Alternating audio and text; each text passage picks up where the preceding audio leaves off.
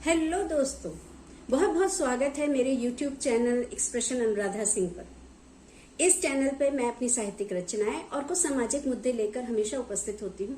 यदि आप पहली बार इस चैनल पर आए हैं तो कृपया इसे जरूर सब्सक्राइब कर दें, क्योंकि आपको बहुत अच्छी साहित्यिक रचनाएं और कुछ सामाजिक मुद्दों के बारे में जानने को मिलेगा। और आज का मेरा सामाजिक मुद्दा कुछ सामाजिक कम है और आर्थिक ज्यादा है। तो क्या है मेरा मुद्दा? क्या होने वाला है इस बार? एक तो है कोरोना की मार, ऊपर से लोग हुए हैं बेरोजगार, ऊपर से ठप हुए हैं व्यापार। तो अब की क्या होने वाला है अब की बार? और क्या होने वाला है ये कल आपने देखा, जब हमारे देश के आरबीआई के गवर्नर श्री शक्ति कांत दास ने एक अनाउंसमेंट किया। उन्होंने कहा कि वो रेपो रेट इस बार आरबीआई बढ़ा रहा है। रेपो रेट क्या होता है भाई? जैसे हम लोन लेते हैं और ब्याज देते हैं, वैसे ही बैंक भी आरबीआई से पैसे लेता है, और जब बैंक आरबीआई से पैसे लेता है तो वो आरबीआई को ब्याज देता है। इसे हम कहते हैं रेपो रेट। पिछले 45 महीने में ये पहली बार हुआ है कि रेपो रेट बढ़ाया गया है, और वो भी 4.5%। अब बैंक की भी मजबूरी होती है, क्योंकि बैंक अपने आप में एक ऐसी वित्तीय संस्था है जिसे सरकार से तो कुछ नहीं मिलता, उसे खुद ही अपने आप व्यापार करना पड़ता है लोगों के पैसे से, उसी से पैसे कमाने पड़ते हैं और उसी से अपना खर्चा चलाना होता है, उसी से जो लाभ कमाना होता है वो कमाना होता है।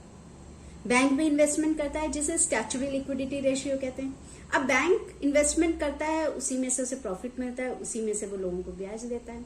बैंक लोगों को लोन देता है, उस पर ब्याज मिलता है, उसी से वो जमाकर्ताओं को ब्याज देता है। तो इसी तरह जब रेपो रेट बढ़ जाएगा और बैंक आरबीआई से पैसे लेगा, इसका मतलब क्या हुआ कि बैंक जब ज्यादा ब्याज देगा तो जब वो हम जैसे लोगों को लोन देगा तो वो हमसे भी ज्यादा ब्याज लेगा। तो भाई मार किसके ऊपर पड़ी? मार पड़ी साधारण लोगों पर।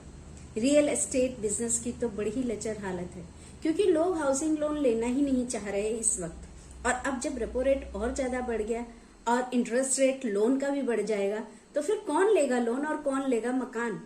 यानी कि रियल एस्टेट की तो बुरी हालत होने वाली है। लेकिन दूसरी ओर एक और भी बात है जो सोचने वाली बात है, कि हमारा देश एक लोकतंत्रात्मक देश है, और हमारे देश की सरकारें जो हैं सिर्फ नीतियां, आर्थिक नीतियां जो हैं वो इस तरह से बनाती हैं कि उनका वोट बैंक सुरक्षित रहे। अब मैं आपको एक चीज बताती हूँ, बहुत अच्छा उदाहरण देती हूँ कि मेरी एक दोस्त है जो कि एमएनसी में काम करती हैं, और उनकी मंथली सैलरी 80,000 रुपए, और वो फिर भी डीटीसी की बसों में ही धक्के खाती है। मैंने उनसे पूछा, भाई क्यों बसों में धक्के खाती हो? 80,000 कमाती हो तो कैब करो, मेट्रो में जाओ। तो उसने कहा कि अरे पैसा बच रहा है ना, तुमने इकोनॉमिक्स में नहीं पढ़ा, money saved is money earned. तो अगर मैं रोज के 80-90 रुपए बचा लेती हूँ मेट्रो वाले, तो वो तो मेरी एक्स्ट्रा अर्निंग ही हो गई ना। अब आप देखिए, सब्सिडी का लाभ किसे मिल रहा है? क्या वो गरीब है जो उसे सब्सिडी का लाभ मिल रहा है? क्या गरीब लोग बसों में इतना ट्रैवल कर रहे हैं? क्या गरीब लोग मेट्रो में ट्रैवल कर रहे हैं? अब दूसरी ओर एक और एग्जांपल बताती हूँ। मेरी एक सहकर्मी ने बताया कि उनके पड़ोस में एक डॉक्टर रहती है, और वो जो है वो कन्वेक्शन पे जो है माइक्रोवेव में और ज्यादातर जो है विद्युत उपकरण ही यूज करती हैं खाना बनाने के लिए। अब इनका प्रयोग वो क्यों करती हैं? क्योंकि 200 यूनिट बिजली फ्री है। तो उनको लगता है कि अगर मैं बिजली यूज करूंगी तो ज्यादा सस्ती है। गैस तो महंगी होती जा रही है, एलपीजी सिलेंडर तो महंगा होता जा रहा है, इन्फ्लेशन रेट लगातार बढ़ता जा रहा है, आसमान को छूता जा रहा है।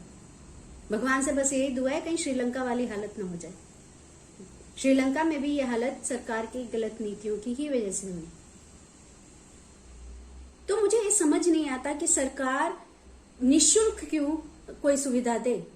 सरकार हर चीज का शुल्क ले, और अगर सरकार निःशुल्क दे भी रही है तो सिर्फ गरीबों को दे, उन लोगों को दे जिनको जरूरत है, उन लोगों को नहीं जो आईटीआर फाइल कर रहे हैं, जो 9-10 लाख का पैकेज ले रहे हैं।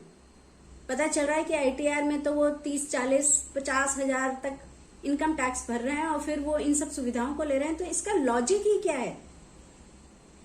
इन्फ्लेशन रेट का मतलब क्या है? कि हमारी मुद्रास्फीति की दर बढ़ती जा रही है, यानी कि चीजों में महंगाई बढ़ती जा रही है, और ये हम सब लोग देख रहे हैं। लोगों ने तो नींबुओं को भी लॉकर में रखना शुरू कर दिया, इतने महंगे हो गए। तो फिर जब महंगाई की दर बढ़ती जा रही है, वो क्यों बढ़ रही है? क्योंकि उत्पादन कम है, लोगों की मांग के अनुसार हम उत्पादन नहीं दे पा रहे। तो सबसे पहले हमें कोशिश करनी चाहिए इस इन्फ्लेशन रेट को कम करने की, कि इन्फ्लेशन रेट कम हो। और इन्फ्लेशन रेट कैसे कम होगा? अगर मुफ्तखोरी थोड़ी कम कर दी जाए।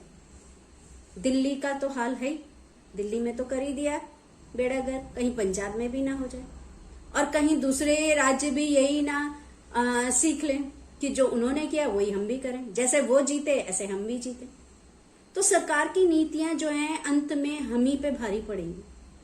सबसे ज्यादा कष्ट किसको होता है? साधारण लोगों को, ना राजनीतिज्ञों को होता है क्योंकि उनके पास तो पैसा भरपूर है, और ना ही जो है बहुत अमीर लोगों को होता है। लेकिन हम जैसे मिडिल क्लास लोग ही इसमें बहुत ज्यादा त्रस्त हो जाते हैं।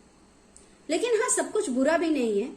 अगर रेपो रेट बढ़ता है तो जिन लोगों के फिक्स डिपॉजिट्स हैं उन पे भी ब्याज बढ़ेगा।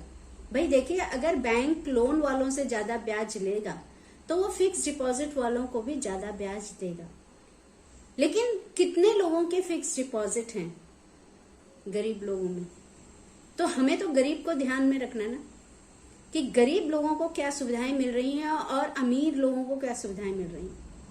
अमीर लोगों को सुविधाएं ना ज्यादा देकर सरकार यदि ये कोशिश करे कि गरीब लोगों को सुविधाएं दी जाएं या बेरोजगार लोगों को सुविधाएं दी जाए। अगर सरकार ये नियम बना दे कि एक बेरोजगार व्यक्ति इंटरव्यू देने जाता है तो उससे नहीं लिया जाएगा, इस तरह की कोई व्यवस्था कर दे तो वो ज्यादा अच्छा लगेगा, ना कि ये कि सभी को एक ही समान तौला जाए, सिर्फ वोट की की जाए। अब इन्फ्लेशन रेट बढ़ते जाएगा तो इसका असर दूसरी चीजों पर भी होगा, हमारे एक्सपोर्ट और इंपोर्ट पे भी होगा, हमारी पूरी अर्थव्यवस्था पे भी होगा। अर्थव्यवस्था वैसे ही कोरोना के चक्कर में बहुत ज्यादा जो है सफर कर रही है। आपको मालूम होगा कि हमारा जीडीपी माइनस में चला गया, जो कि इतिहास में पहली बार हुआ कि हमारा जीडीपी माइनस में गया।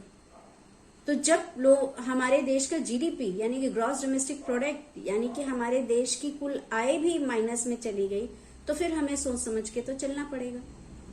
अब यही हमें तो देखना है, तो फिर हो जाइए तैयार, क्योंकि महंगाई की तो पड़ने वाली है मार, और न जाने क्या करेगी सरकार और कैसे लाएगी स्थिति में सुधार। लेकिन चलिए, हम अपना चिंतन और मंथन जारी रखें और अपनी आर्थिक स्थिति को न बिगड़ने दें। अगर हर व्यक्ति अपनी आर्थिक स्थिति को सुधारने की कोशिश करेगा तो देश की आर्थिक स्थिति अपने आप ही सुधर जाएगी।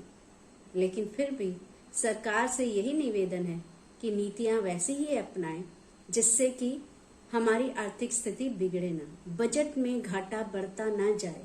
बजट को ऐसा बनाया जाए कि ज्यादा घाटा ना बढ़े। हर साल बढ़ते हुए घाटे की वजह से हमारा इन्फ्लेशन रेट बढ़ता जा रहा है।